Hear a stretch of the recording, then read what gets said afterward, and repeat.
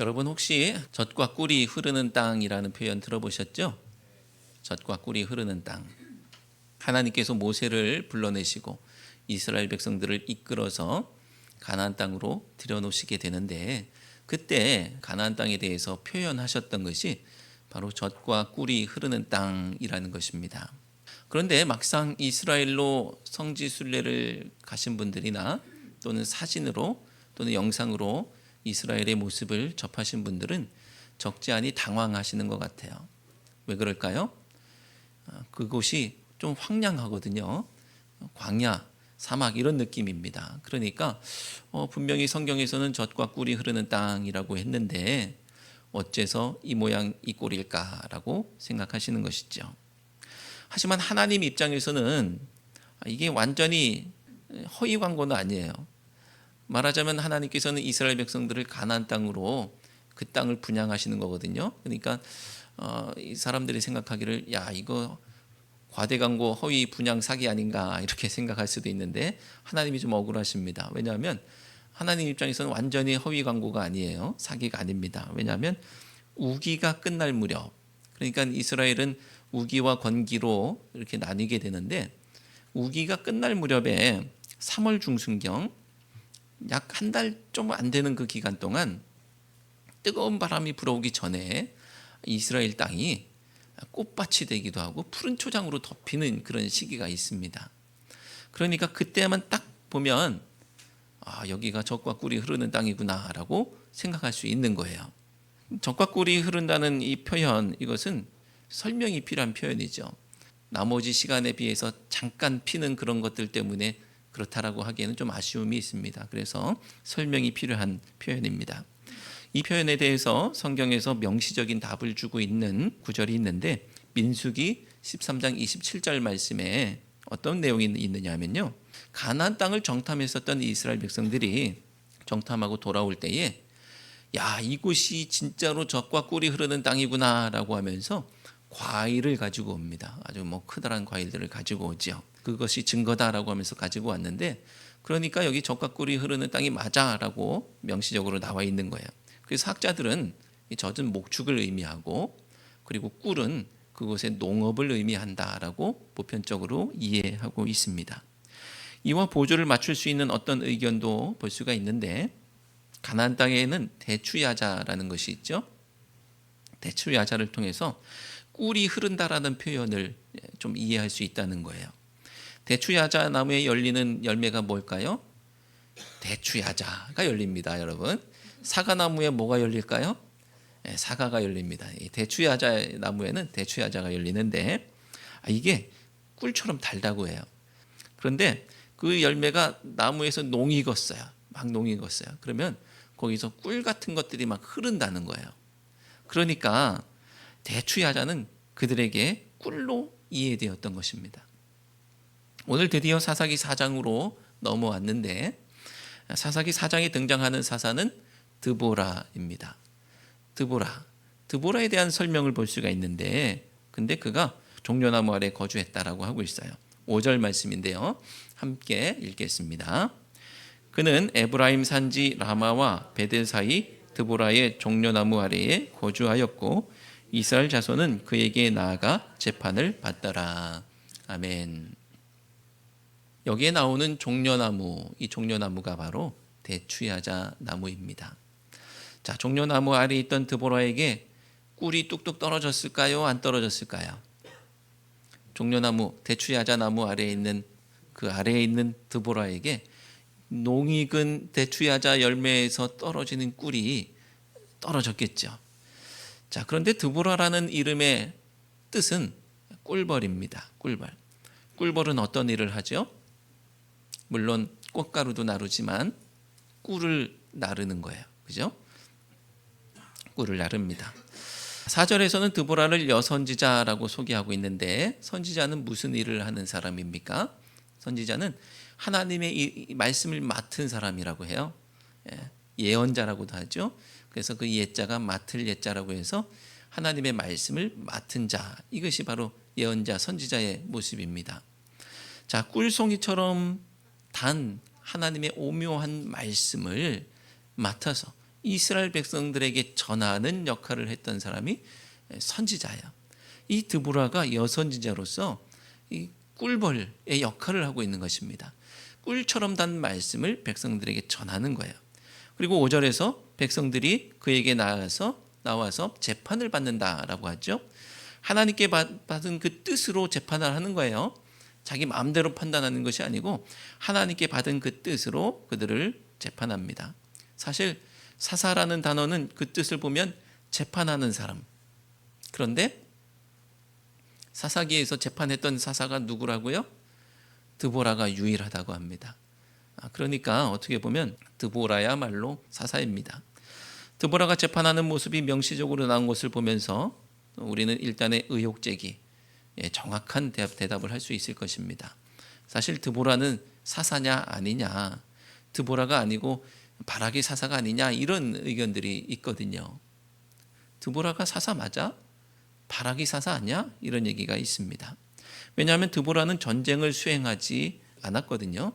드보라는 전쟁을 수행하는 존재로 등장하지 않고 실질적으로 전쟁을 수행해서 이스라엘을 구원한 사람은 바락이기 때문에 이런 의문들이 생기는 것입니다. 하지만 4절에서 드보라가 사사가 되었다라고 정확하게 말씀하고 있고 5절에서 그가 재판을 했다라는 표현을 보면 드보라가 사사가 맞다라는 결론에 도달하게 됩니다. 자, 에훗 이후에 80년의 평안의 때가 지나고 이스라엘은 다시 악을 행하게 되었습니다. 그리고 새로운 사사 드보라가 쓰임을 받기 시작했습니다. 그런데 여기서 우리의 눈을 사로잡는 표현이 있습니다. 바로 2절 말씀인데요. 2절 말씀을 함께 읽겠습니다.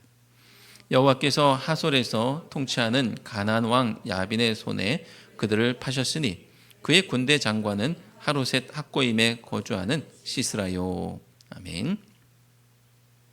하나님께서 이스라엘을 파셨다고 합니다. 야빈에게 파셨다고 하는데 하나님께서 부동산 분양 사기만 하시는 것이 아니고 오늘 말씀 보니까 인신매매도 하시는 것 같아요. 그죠? 사람을 판다. 이런 일이 어떻게 벌어지는 것이냐. 오늘날로 생각하면 이해가 안 되는 것이지만 당시에는 빈번하게 일어났던 일 같아요. 그래서 요셉도 팔려가고 그랬지 않습니까? 팔렸다, 사람을 판다. 누구에게 일어나는 일입니까? 노예에게 일어나는 일이죠.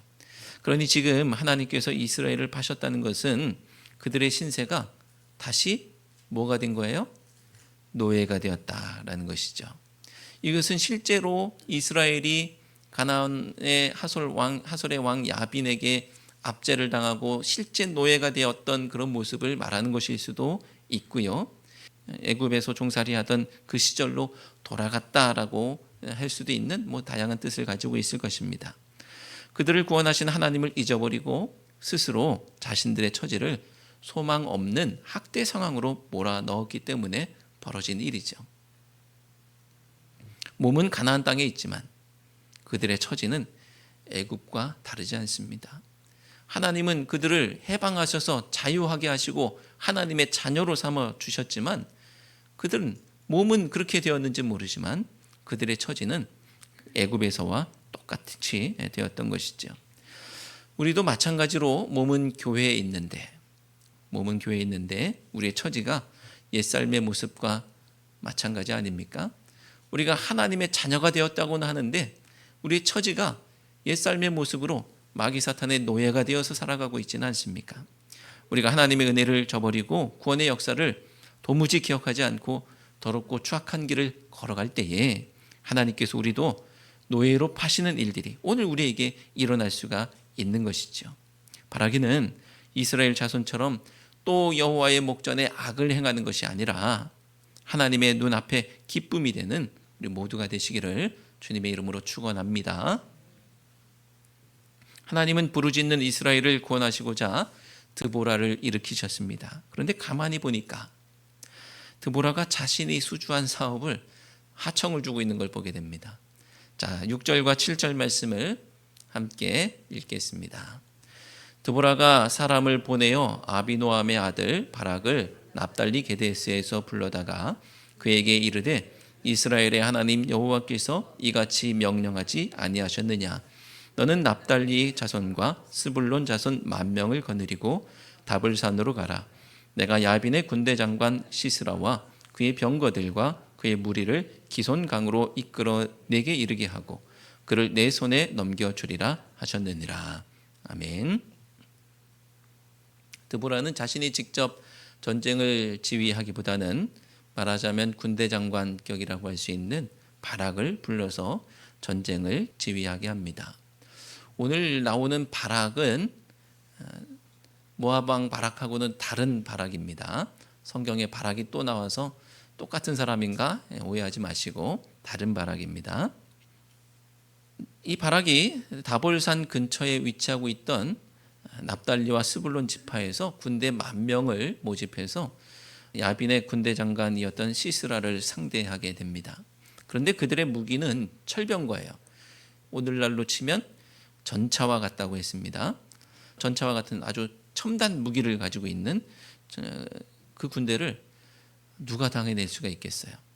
뭐 그것만 생각해도 내가 싸울 상대의 어떤 무기가 어떤 것인지 쫙 보면 야 이기겠다, 지겠다, 어렵겠다, 쉽겠다 이게 다 판단되지 않겠습니까? 그런데 그냥 철병거가 있대 이게 아니고요. 몇 대나 있다고 했어요? 900대가 있다고 합니다. 900대.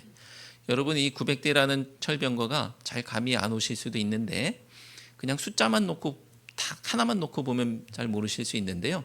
이걸 보시면 조금 이해가 될 수 있습니다. 애굽의 철병거가 몇 대 있다고 했냐면 1200대가 있다고 했어요. 애굽의 철병거가 1200대가 있었으니까 지금 하솔 왕에게 철병거가 900대 있다라는 것은 애굽하고 한번 맞짱을 뜰 수도 있는 그런 상황이 되는 것입니다. 자, 이스라엘은 지금 쟁기나 소모는 막대기 이런 걸 들고 싸움터에 나가야 되는 상황이에요. 그들이 주변에서 쉽게 일을 할 때 손에 쥐었던 그것을 가지고 싸움을 해야 되는 상황인데 상대는 철병거를 가지고 있습니다. 여러분이라면 철병거 앞에서 쟁기 들고 나갈 수 있겠습니까? 어때요? 나가실 수 있겠습니까? 저라도 어디 도망가지 쉽게 거기 나가겠다고 하지 못할 것 같아요. 엄두가 나지 않습니다. 바락이 사사가 아니냐는 물음표 외에 바락에 대한 다른 물음표도 있는데요. 바락이 겁쟁이였다는 것입니다. 견해에 따라서는 8절 말씀은 승리에 대해서 확신하지 못하고 겁먹은 바락의 모습을 보여주는 것이라고 읽히기도 하고 또 반대로는 믿음의 모습을 보여주는 것이라고 읽히기도 합니다. 8절 말씀을 함께 읽겠습니다. 바락이 그에게 이르되 만일 당신이 나와 함께 가면 내가 가려니와 만일 당신이 나와 함께 가지 아니하면 나도 가지 아니하겠노라 하니. 아멘. 바락이 드보라가 바락에게 가라고 했어요. 야 전쟁하러 나가 그랬더니 바락이 당신이 안 가면 나는 안 갈 거예요 이러고 있는 거예요. 장부의 모습이라고 보기는 좀 어려워 보입니다. 해석하기 나름일 수도 있어요. 그래서 이 모습이 겁쟁이구나라고 그렇게 딱 보이기도 하고요. 또 다른 한편에서는 아니야 이건 믿음의 모습이야라고 하기도 합니다. 왜냐하면 드보라가 바로 같이 간다고 했으니까 야 너 가라니까 뭐 이렇게 옥신각신한 게 아니고 바로 간다고 했으니까 이게 뭐 겁먹어서 그런 것은 아닐 거 아닌가 이런 생각도 하고 또 심지어 히브리서 11장에 믿음의 선진들에 드보라의 이름은 없는데 바락의 이름은 등장하거든요. 그러니까 야 이거 바락이 겁먹어서 그런 거 아닐 수도 있어 이렇게 생각합니다. 여러분의 생각은 어떠신지 모르겠습니다. 하지만 바락이여 어찌됐든 우리에게 이런 상황이 닥친다면 겁나는 것이 사실이죠. 겁이 왜 안 나겠어요? 앞에 철병거 900대가 있어요. 내가 철병거 한 대라도 있으면 모르겠는데 그런 게 아닙니다. 부정할 수 없는 사실. 하지만 기억할 것은 하나님께서 말씀하실 때는 다 이유가 있는 것이고요. 하나님께서 하라고 하실 때는 예비하신 길이 있는 거예요. 하나님은 하나님의 계획은 사람을 통해서가 아니라 하나님께서 친히 싸우심으로 이 900철병거를 무력화하시고 하나님의 살아계심을 보여주시는 것입니다. 이 하나님의 계획에 내가 믿음으로 참여하느냐에 따라서 우리는 주님께서 예비하신 영광에도 참여하게 되는 줄로 믿습니다. 주님의 계획에 참여할 기회를 놓치지 마시고 하나님의 귀한 도구로 쓰임받을 기회를 놓치지 마시고 믿음으로 참여하는 우리 모두가 되시기를 주님의 이름으로 축원합니다. 드보라와 함께한 바락은 다볼산에 올랐고 그리고 야빈의 군대 장관 시스라는 그 소식을 듣고 출병합니다. 13절 말씀을 함께 읽겠습니다. 시스라가 모든 병거 곧 철병거 900대와 자기와 함께 있는 모든 백성을 하로셋 학고임에서부터 기손강으로 모은지라. 아멘. 시스라가 철병거를 다 모아가지고 이 다볼산 아래에 모인 거예요. 거기에 이제 기손강이라는 강이 있는 것이죠. 시스라가 급하게 출병한 것은 지형적인 이유 때문일 수도 있습니다. 왜냐하면 산 위에 있는 적은 도망할 곳이 없죠. 산 아래에서 포위하면 어디 도망가겠어요? 야, 내가 지금 출병해서 포위하면 이스라엘은 이제 끝났어 라고 생각한 것입니다. 그때 드보라가 바락에게 명령을 내립니다. 바락과 그의 군대가 군대 아래로 내려가라는 것이죠. 14절 말씀 함께 읽겠습니다. 드보라가 바락에게 이르되 일어나라. 이는 여호와께서 시스라를 내 손에 넘겨주신 날이라. 여호와께서 너의 앞서 나가지 아니하시느냐 하는지라. 이에 바락이 10,000명을 거느리고 다볼산에서 내려가니. 아멘. 사람들이 볼 때는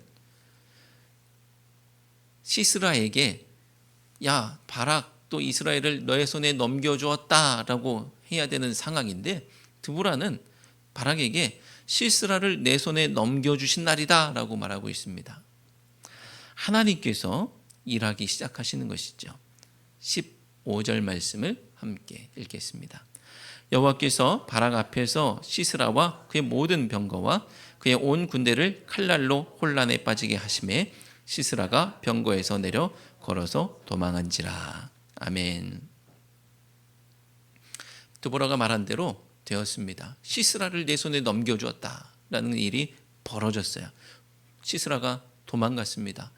나머지 군대들은 다 죽고 시스라는 살아서 도망갔습니다. 말씀을 통해서 하나님께서 어떻게 행하셨는지를 구체적으로 알 수는 없습니다. 내용상으로는 칼날로 혼란에 빠지게 하심에라고만 나와 있어요.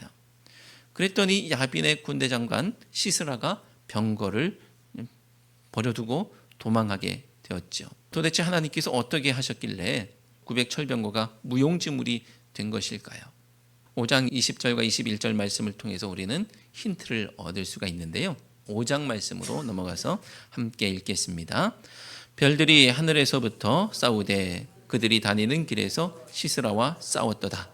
기손강은 그 무리를 표류시켰으니 이 기손강은 옛 강이라. 내 영혼아 내가 힘 있는 자를 밟았도다.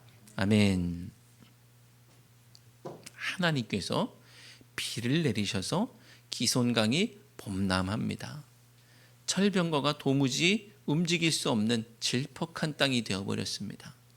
그리고 이스라엘은 승리하게 되었고 성경은 이것을 하늘에서 싸웠다라고 합니다. 별들이 하늘에서 싸웠다고 합니다. 하나님께서 비를 내리셔서 놀라운 일이 벌어졌어요. 사랑하는 성도 여러분, 인생의 사면이 막혔다고 느낄 때가 있죠.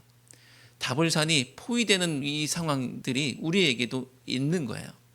도무지 도망갈 곳도 없고 방법이 없을 것 같은 그 순간 우리가 바라봐야 될 곳, 막힌 사면이 아니라 어디요? 하늘을 바라봐야 될 줄로 믿습니다. 하늘로부터 비가 내리고 도움의 손길이 올 줄로 믿습니다. 사람이 볼 때는 도무지 방법이 없을 것 같고 이미 끝난 게임 같은 그 순간 궁지에 몰린 것 같지만 하나님의 계획과 방법은 우리의 생각을 뛰어넘는 줄로 믿습니다. 시스라의 온 군대가 다 칼에 엎드러져서 한 사람도 남은 자가 없고 다만 시스라만 간신히 도망쳐서 겐사람 헤벨의 아내 야엘의 장막에 이르게 됩니다.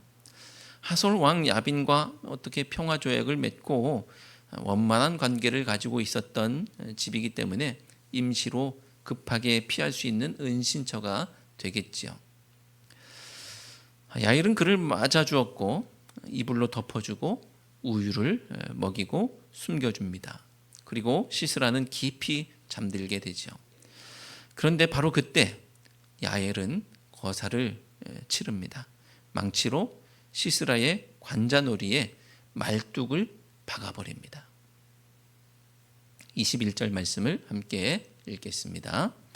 그가 깊이 잠드니 헤벨의 아내 야엘이 장막 말뚝을 가지고 손에 방망이를 들고 그에게로 가만히 가서 말뚝을 그의 관자놀이에 박음에 말뚝이 꿰뚫고 땅에 박히니 그가 기절하여 죽으니라. 아멘. 자, 이렇게 해서 이 전쟁의 최대 공적, 그 우두머리를 잡는 것이 최대 공적이죠. 이 최대 공적은 바락이 아니라 한 여인 야엘에게 돌아갔고요. 야엘의 이름이 기억되게 됩니다. 바락은 이 전쟁에서 영광을 얻지 못하고 야엘이 얻게 되고요. 그의 이름을 기억하게 됩니다. 시스라가 이런 상황을 꿈에도 생각했을까라고 생각할 때 생각할 수도 없는 일이죠. 그에게는 철병거 900이 있었기 때문에 어디 나가서 진다라는 생각을 해본 적이 없을 거예요. 지금까지 싸움에서도 져본 적이 없겠죠. 그런데 그가 상대해야 했던 대상은 오합지졸 이스라엘이 아니었습니다. 온 우주를 만드신 지략가이신 하나님을 상대해야 했던 것이죠. 그리고 대장부에게는 어울리지 않는 쫓기는 자 신세가 되었고 야엘의 집에 들어가서 그의 모습은 마치 엄마 품에서 잠드는 젖먹이 어린아이와 같은 모습이 되었을 뿐입니다.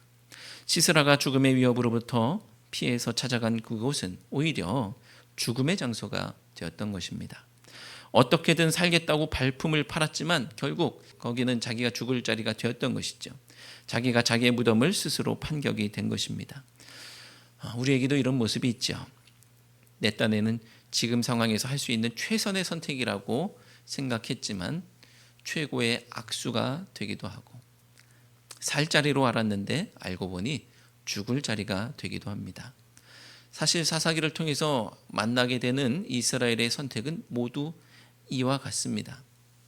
그들이 살 자리라고 여기고 선택했던 범죄의 자리, 내가 하나님을 잊고 이스라엘이 아니라 이 이방의 신들을 선택하는 그것이 내가 살 방법이야 라고 그들은 생각했지만 결국은 이방 민족을 통한 압제와 학대의 자리가 되어서 자기 목을 자기가 조르는 형국이 되었고 거기에서 건짐받는 길은 오직 하나님께 부르짖어 구원받는 것밖에 없는 것이죠.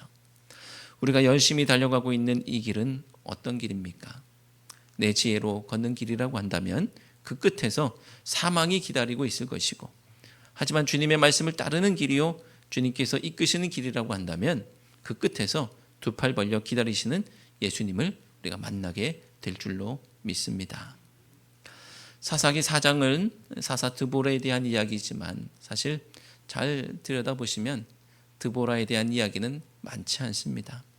하지만 그럼에도 불구하고 우리는 드보라의 권위, 또 선지자요 재판관이었던 드보라의 역할, 그리고 이스라엘과 전쟁 가운데 하나님의 뜻을 잘 전달했던 그 모습을 통해서 하나님께서 이스라엘을 어떻게 이끌어 가시는지를 이 말씀을 통해서 보게 됩니다.